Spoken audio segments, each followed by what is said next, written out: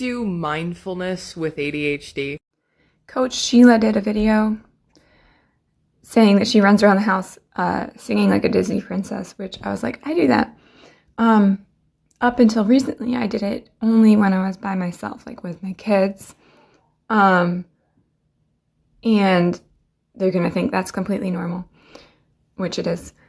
But now I've been slowly unmasking autism and ADHD, the combination of the two things, but like that mindfulness as something that I can physically do, which is a stim, of like going around singing, dancing, narrating what I'm doing by singing it, singing my thoughts out loud. Even just saying them out loud at this point is a step up from what it was, but singing it out loud is like next level, right?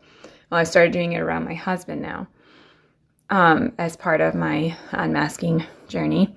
And like he's made comments like being like he's happy to see that I am happy. Like he can tell that these are genuine things that are happening with me.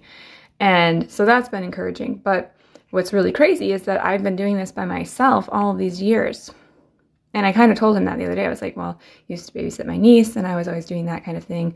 And then when I had children, I would do it just when I was around them, because around adults, it's just not acceptable. It's okay to be childish with children. So making sound effects when I stand up, that's an okay thing to do with kids. Actually, kids prefer it. And I was like telling him that, but when I realized just in this whole thing while I was commenting on our video, I was like, I've only been happy alone. No wonder I have this feeling like I'm lonely and I don't have any friends, but the only way that I can see myself being happy is if I'm by myself. I actually have like this like pipe dream of just living in a house alone. I have children. I have 3 children. I'm not going to do this, but it's like living in a house by myself with like a piano and some cats and, in a cupola on top of a building. Like that's where I'm at mentally to get to happiness. And I realize right now that it's literally because of masking.